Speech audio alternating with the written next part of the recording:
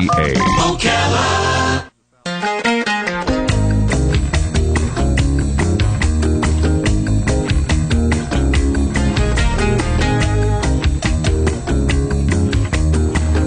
All right, 5 minutes after 11 o'clock. Nice looking Wednesday. Thank you for tuning in.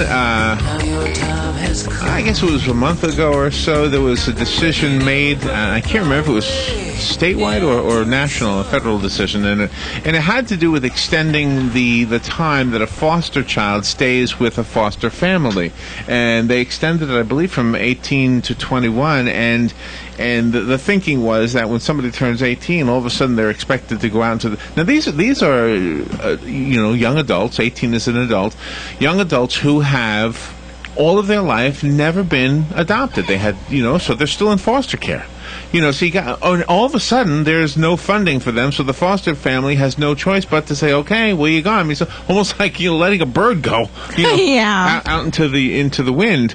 And I remember reading that and thinking, the unfortunate thing for those young adults is that, and I'm sure the foster parents in many of those cases are going to be there for them the rest of their lives, regardless of what age they are. And as parents ourselves, Robin, my goodness, it's never going to stop for me. No. I can remember so many cases when my own parents care for their children, of which I'm one of, where it didn't matter what age we were, and they were always so loving that if anything happened when I was 30, or 40, I could go to them and they'd be there for me, So, children are our children, even if they are adults. And Robin, your two children and my son are all three adults. An emerging adult might be the definition of a child between 18 and 29 years old. Mm-hmm. And that's the subject, the focus of the book by Dr. Varda Konstam. She's on the phone right now. Parenting Your Emerging Adult, Launching Kids from 18 to 29 is the title of the book, and she has a list of credentials. She's a licensed therapist, a professor in the Department of Counseling and School Psychology at the University of Massachusetts in Boston.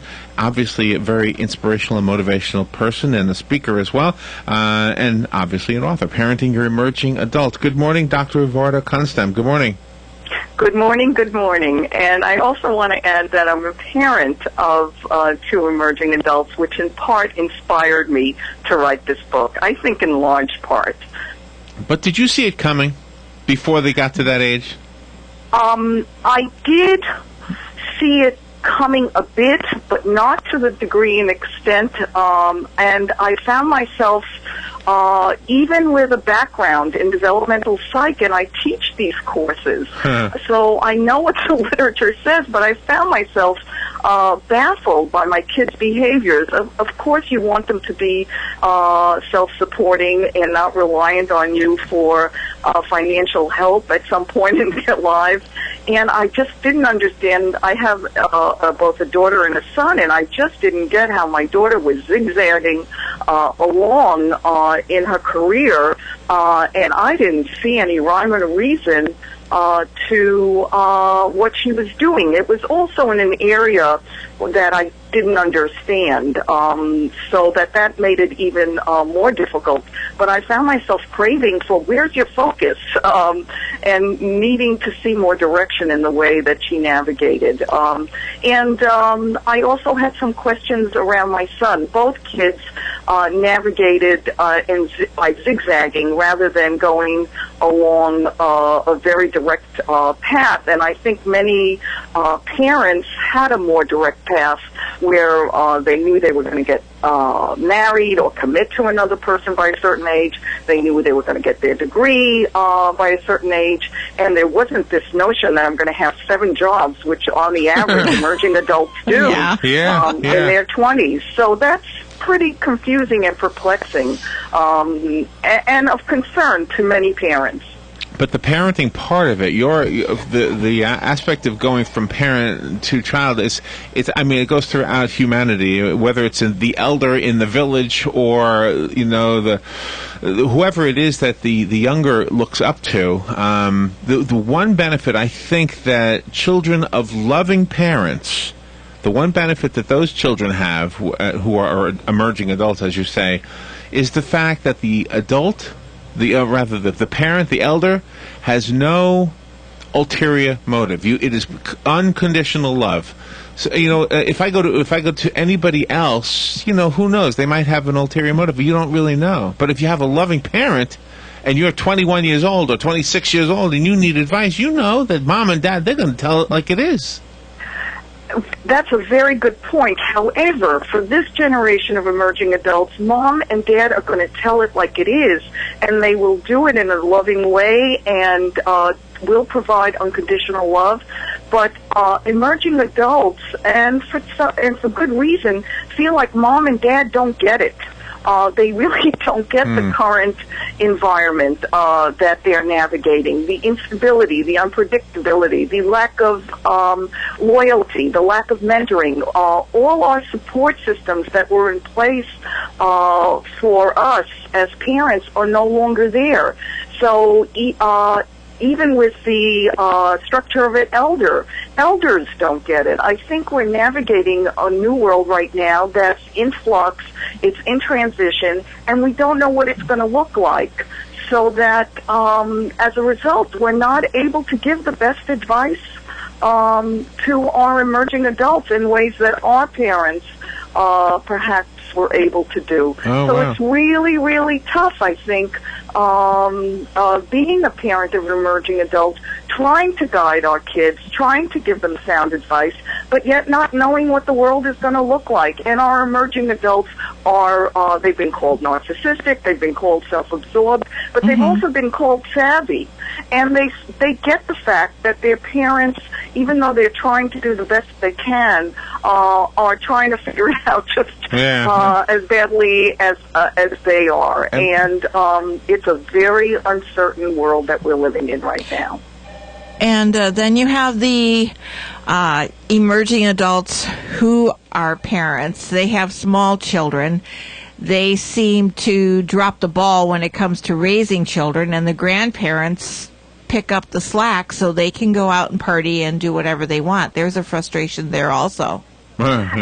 Absolutely. And as a matter of fact, the statistics are a little alarming about what parents and grandparents are doing in the service of their kids and grandkids, such that parents of emerging adults are putting their financial status in jeopardy. They're planning to retire, and yet they're helping their kids out with these exorbitant college expenses at their own expense in terms of the kinds of resources that they will need for themselves when they're retiring. Oh, yeah.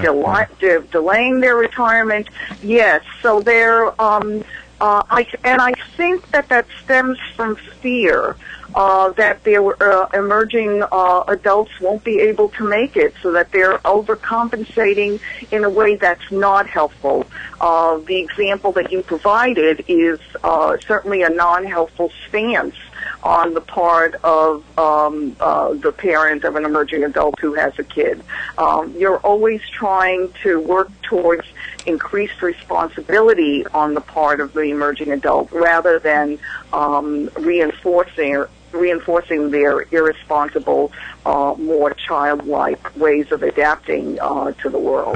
Doctor, I heard, I don't know if you call it a metaphor or what it would be, but it was about an egg, and you use a nest on the cover of the book, and the word emerging even applies here, because when a bird emerges from an egg, this is the story. I'm not a scientist, so I don't know this is true, but I've heard this, that when a bird emerges from an egg, it has to peck its way through the egg shell, and the process of pecking strengthens the neck. And without the pecking process, the bird doesn't have the strength in its neck to eat once it gets out of the egg. And so if you help a bird get through the shell, you literally cause it to die, because it can't feed itself once it gets out. And using that metaphor in context with what you just said, my question would be, does our love sometimes sabotage our children? That's, first of all, that's a wonderful metaphor. I had not heard it, and I think it's absolutely wonderful, and also very appropriate to the parenting task, even for 2-year-olds, 3-year-olds, 4-year-olds. There has been now a term coined for parents who are trying to do their best but are not giving the bird the opportunity to peck at the egg and build his or her own strengths. And that is helicopter parents, where they hover over their kids and come to their rescue the first chance that they get. And unfortunately, frustration and disappointment helps build resilience. And as parents, we want our kids to have resilience. Things are not always going to go along the way that we're hoping for. And that we need, and it's in those times where we're really tested that we learn a lot about ourselves and really grow. So I think, unfortunately, we learn the most during times where we're being challenged, and that parents, although they have the best intentions, when they come to the rescue too quickly, then I think they're sabotaging their kids, making them anxious, making them insecure, or contributing to their anxiety, contributing to their insecurity. I like to use the metaphor of teaching your kid how to ride a bicycle, because I think a lot of the lessons in parenting an emerging adult we've learned to some extent at earlier parts of parenting, because we really fly. We don't know what we're doing most of the time, and somehow we do more than an adequate job with our kids.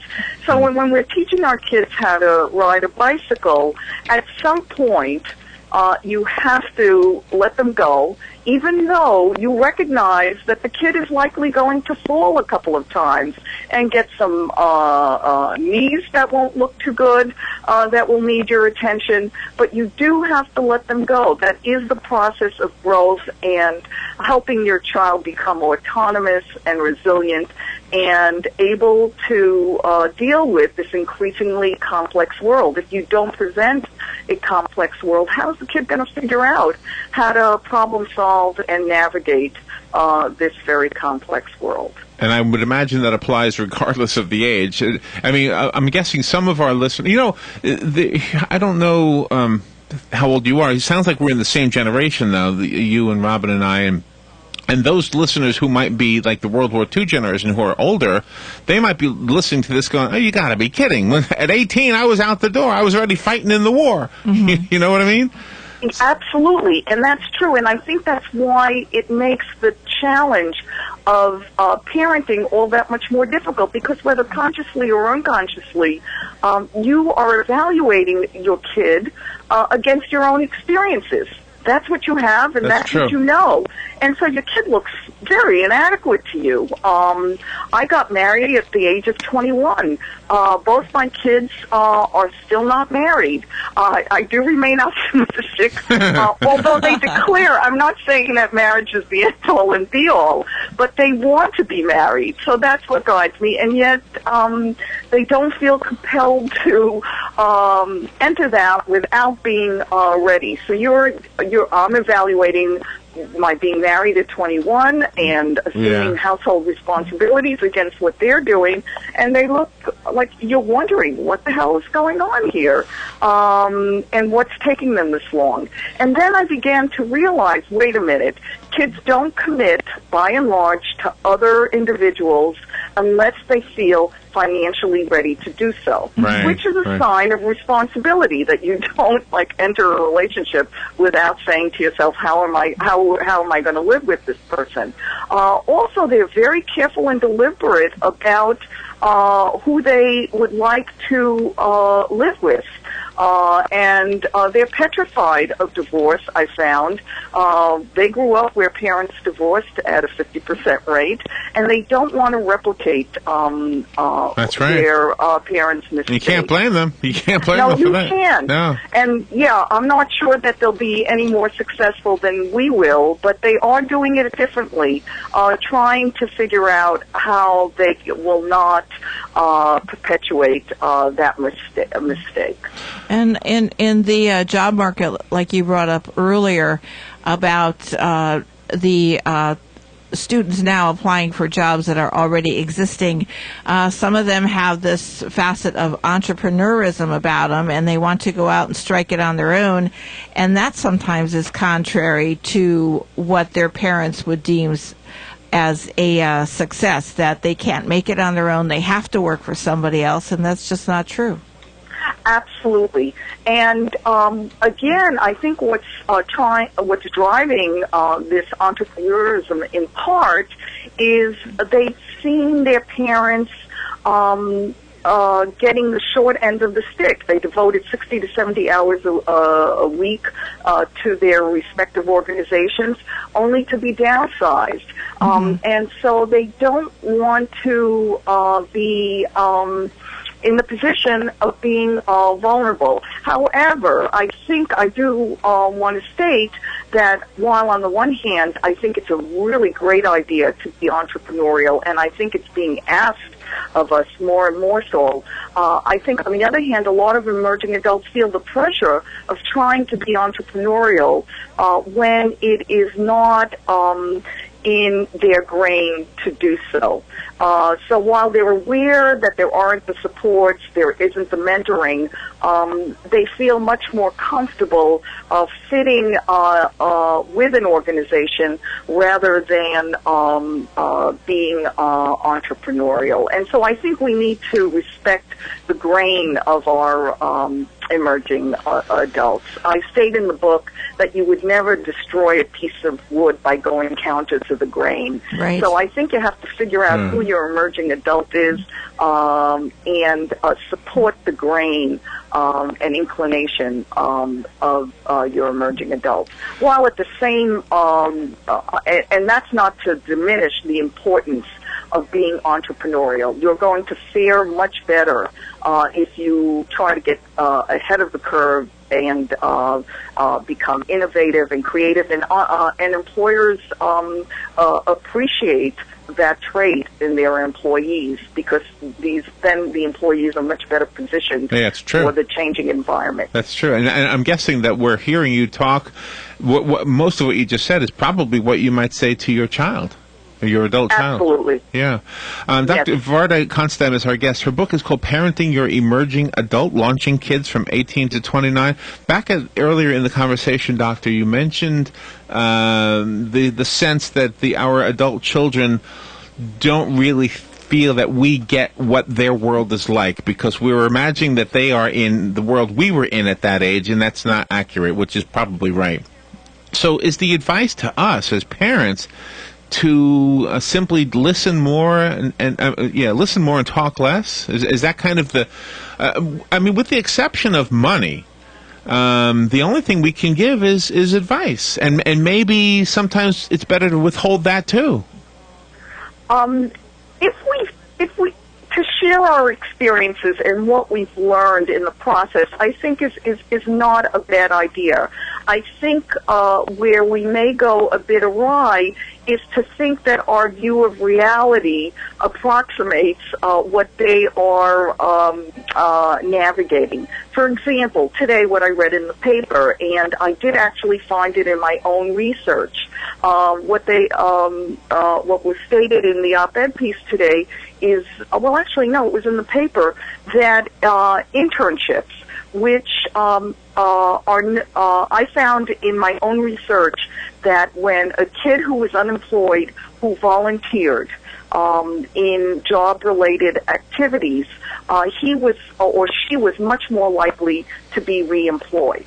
Now, I would go back, if my kid was unemployed, and I was worried about when he or she, or concerned when he or she would get another job, I would share that information with my kid and say, you know what, I just read something that volunteering, you get a lot of bang for your buck if you spend your time that way while you're unemployed. I believe so that. You just came across that I just came across that in a newspaper. In addition, it got validated by research. But you don't have to do research to just try to learn about the environment, what kids are navigating, and share pieces of information which I think are appreciated by your emerging adult children. But to presume that you're the expert, I think you need to be humble, but yet also value the experiences that you've had and share them all. But at the same time, questioning whether those experiences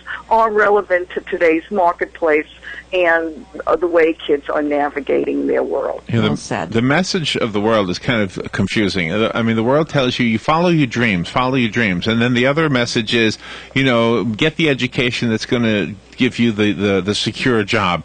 And sometimes the education that gets you the secure job has nothing to do with your dreams. Mm-hmm. And so, you know what?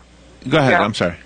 I'm so glad you mentioned that because that's actually, I've learned a lot in terms of, I did a lot of research on my own, and also I did a lot of research for the book. And this dilemma is absolutely, you capture it really, really well. And what surprised me is that it's been reported that a lot of kids don't know what their dreams are. I bet that's true, yeah. That surprised me because it's follow your passion. Right. And that's wonderful because you're going to find more meaning and you're going to want to wake up in the morning and go to your job if you follow your passion.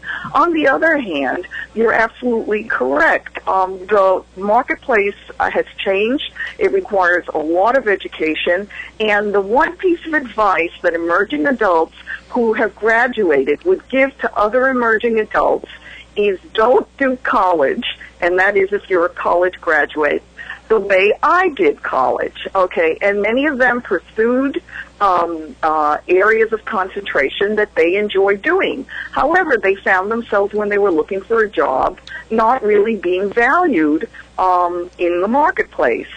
So that the advice they gave to other emerging adults is be mindful of what the marketplace looks like, and in turn get skill sets that will add value when you are out there navigating in the marketplace. So, yes, you may enjoy sociology, yes, you may enjoy art history, but if your expectation is to get a job, I think you need to navigate what you are passionate about, and at the same time recognize that this may not lead you to where you want to go. Yeah, you reminded me of a cartoon I saw one time, and it was like the litmus test of educational choices, and the cartoon showed a man talking to a younger man and saying, so what are you studying to be? And the younger man says, a doctor of philosophy. And the older man says, does philosophy ever get sick? So there's no work. Yeah. Yeah. And sometimes parents will make the mistake of trying to instill their dreams, their passion onto their children because for whatever reason they failed at it. So they want their child to pick up the ball, so to speak, and make the parents' passion their passion. But that's a mistake in itself. Absolutely. And then what you see frequently is a midlife crisis where the kid has tried to be compliant, tried to go along with the parent's agenda, but yet know that it's not working for them, and they need to revisit it at a later point in time. It's been posited, I'm not sure. Only time will tell. The fact that these are emerging adults are navigating their 20s so carefully with a lot of thought behind it, and that perhaps they won't have the midlife crises that their parents have in their 40s and 50s. Well, I'm not sure, but it's certainly food for thought. Great conversation, and I feel like we're buds. I feel like we're having coffee, and we're talking over the table somewhere at a restaurant. Parenting Your Emerging Adult is the book. It's written by our guest, Dr. Varda Konstam. I would like to give away the copy I have, and all you need to do is call me, and you get that one copy. But the rest of us have to go buy it. Doctor, let's start with websites. Do you have one? You know what? I'm in the process of developing it, but I did ask your kids. Your kids can develop it. I know. I have a Facebook page, and if you Google me, there's a lot of information on me, and the books are available. I did an academic book on emerging adulthood, and before this book, so both books are available at Amazon.com. Okay, excellent. Great conversation. Thank you, Doctor, for what you're doing with your life and for making our lives better because of that. And thanks for taking time out of your day to be on the show with us. And thank you for a very thoughtful interview. I really appreciate it. Great one, too. We'll take a little break and we'll be right back. You're listening to WOCA News Talk 1370, Ocala's source for what's happening in today's hottest, up-to-date news and topics.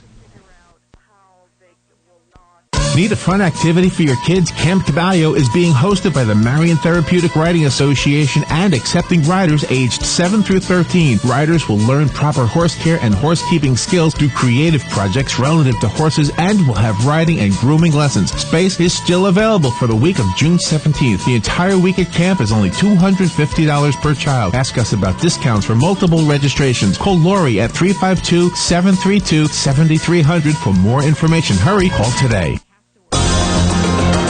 Phoenix Promotional Solutions, your company supplier of banners, digital decals, yard signs, and magnetic signs. Where you give them approved artwork by noon, the next day by 4 p.m., you pick up your banners, digital decals, yard signs, and magnetic signs.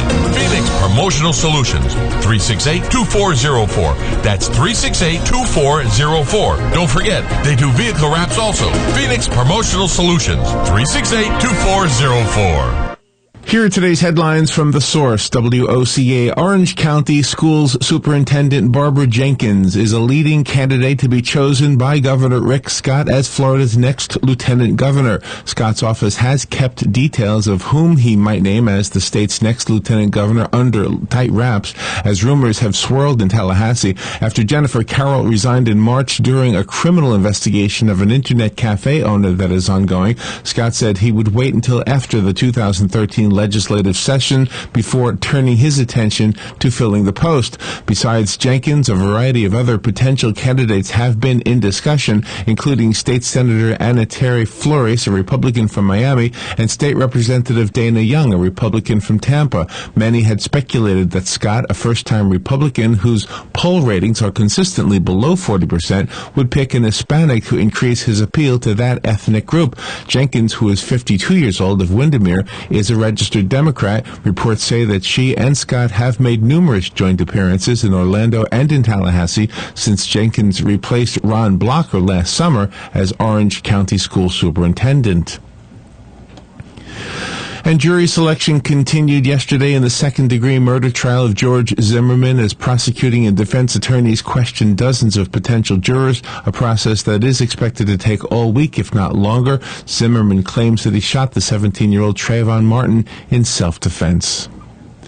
And William Van Poyk's attorney said he does not deserve to be killed for the murder of prison guard Fred Griffiths because he did not pull the trigger, but Griffiths' family says that doesn't matter. They say he planned the botched 1987 attempt to free an inmate who was being taken to a dermatologist.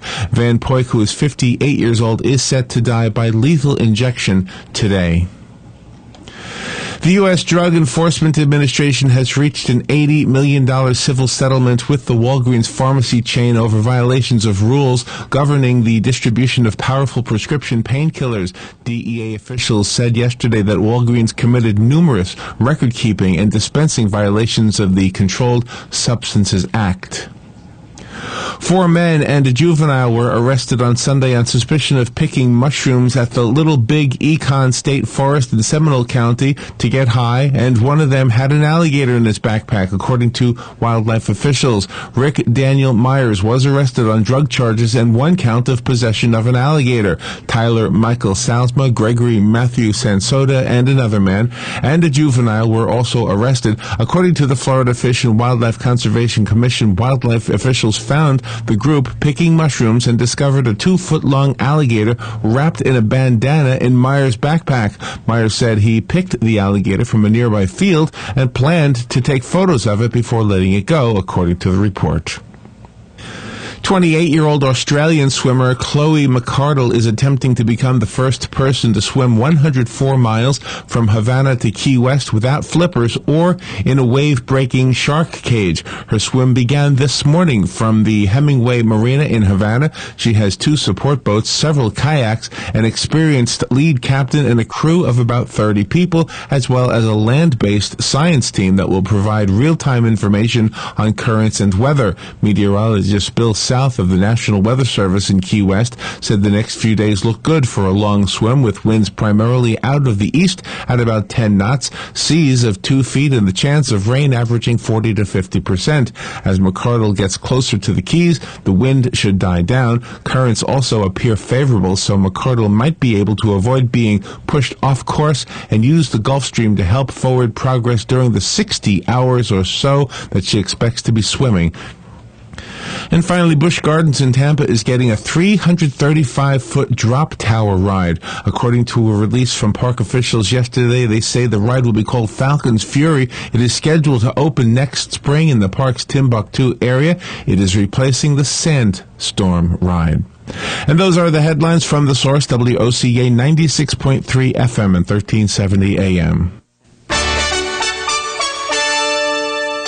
Hi, I'm Russ with Climate Control Mechanical Services, and I want to invite you to tune in every Thursday at 10:30 a.m. to listen for tips and answers to the many questions you may have about your air conditioning and heating for your home or business. The Climate Control Show, every Thursday at 10:30 a.m. right here on WOCA 1370 a.m. and 96.3 FM, The Source.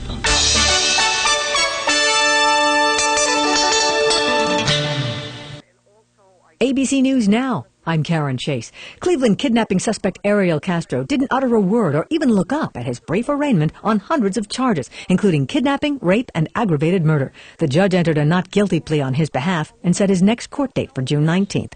Hands-free talk-to-text technology in cars aimed at keeping your hands on the wheel take your mind off the road, according to a new AAA study. The organization says infotainment systems increase the demand on your mind and reduce your focus on the road. Edward Snowden says he's neither a traitor nor a hero. He's an American. In his first interview since disappearing in Hong Kong, Snowden tells the South China Morning Post he's been hiding at several locations since leaking information about the U.S. government's surveillance program. It's Back to the Future for MTV. Music television is going back to its roots this 4th of July by playing only music videos all day long. That's how it started, but later switched to more lucrative reality shows. The Stanley Cup playoffs begin tonight in Chicago as the Blackhawks host the Bruins. This is ABC News. Ladies, when was the last time you were happy with your body? If you're like most women, it was before you turned 40. That's because age 40 is when hormonal imbalance starts causing symptoms like hot flashes, sleeplessness, low energy, irritability, and lack of sexual desire. It's not your fault. And you don't have to let these symptoms reduce your quality of life anymore. Because now we have Amberen. Amberen is clinically shown to balance hormones and relieve the uncomfortable symptoms of menopause safely and effectively. In fact, Amberen is so powerful, we promise you'll love your body again. Right now, you can receive a guaranteed risk-free trial of Amberen with a 30-day supply free. Call now and we'll send it to you today. 1-800-654-6449. And when you call right now, you'll also receive our amazing weight loss program for women over 40 absolutely free. But you have to call now at 1-800-654-6449. That's 1-800-654-6449. Here we go! Hello all, Joe Martone here for Karaoke Time. You hear me each morning for the segment of Fun with Joe? Well, fun is what I do. So the next time you want to have a get-together, for just about any reason, give me a call. 470-0276 for Karaoke Time. That number is 470-0276. Everybody likes to sing, and with the words on the screen, it's just that much easier. Call Karaoke Time, 470-0276 for the next event, big or small. Karaoke Time can keep the fun in your business, too. Hey, I didn't know it rained last night. Oh, it didn't. Why do you say that? Because little Johnny's in the backyard playing in that big mud puddle. Did you leave the hose on? No, the neighbor borrowed it yesterday. Wait, is that the side where the septic... Johnny, get out of there! Having septic problems? At Mike Scott Plumbing, we can make those septic worries disappear. We can pump your septic tank, repair your drain field, and, if needed, even install a whole new system. At Mike Scott Plumbing, we don't take crap from anyone. We take it from everyone. 237-2888. Mike Scott Plumbing. If water runs through it, we do it. The weather is brought to you by myfwc.com. Life jackets save lives. Wear it, Florida. Partly sunny today with a shower or thunderstorm in the area in the afternoon and evening, high 89 to 94. Partly cloudy later tonight, low 70 to 75. Sunshine mixing with some clouds, a thunderstorm in spots tomorrow afternoon, high 90 to 96. Muggy with a mixture of clouds and sunshine on Friday, high 89 to 94. From the Florida Weather Center, I'm meteorologist Steve Travis. Want to feel better, look better, and have fun? I thought so. Then Brick City Health and Fitness Center in Pine Place, Ocala is the place for you. Check out our new functional fitness classes and room, ample cardio and weights, personal and group training, and our healthy cafe. For more information, stop by or call Brick City Health and Fitness 509-3133. And this month there's an added bonus. Come by and register for your chance to win 2 tickets to the Firecracker 250 on Friday, July 5th, and 2 tickets to the Coke Zero 400 on Saturday, July 6th. Enter to win today and you could be going down to Daytona. Gene Powell Pasture Mowing. Our tractor services include bush hog, disking, front end loader, box blade, and stump grinding. We also have zero-turn mowers for the smaller paddocks, aisleways, fence rows, and lawn care. Fence row spraying is also available for weed control. We are licensed and insured. Gene Powell Pasture Mowing, 352-629-2440, or online at powellgene, Gene, at yahoo.com. Gene Powell Pasture Mowing. Howdy, folks. RL here to invite you to Dairy Queen for a great new meal. Dairy Queen's now serving 3 different $5 meals. Hot dogs with chili, cheese, slaw, whatever. Quarter pound with cheese, loaded up any way you like it. Solid filet chicken tenders. And each meal comes with fries, a drink, and a sundae for only $5. You got that right. Nobody beats that deal. A great value and a great meal. So come on down to Dairy Queen at Silver Springs, where they always treat you like kings and queens. This is a public notice. Local residents can now save thousands of dollars on their next car, truck, or SUV. It's not a tent sale, because no tent is big enough to hold this many cars. It's OcalaForSale.com. Say goodbye to sticker shock. OcalaForSale.com has thousands of vehicles with no stickers at all. But hurry, don't walk, don't run. Just sit down and log on to OcalaForSale.com. Prices and inventory change daily. Offer does not include dealer upcharge, undercutting, loss-proofing, factory surcharge, or delivery fee. See website for details. In specialty crop news from the Southeast AgNet, well, before the Senate gave the 2013 Farm Bill a favorable vote this week, Senator Bill Nelson of Florida spent a few moments educating his fellow senators about citrus greening and how it is not just a small local issue. It's in every grove in Florida. It's now in the citrus industry in California and Arizona.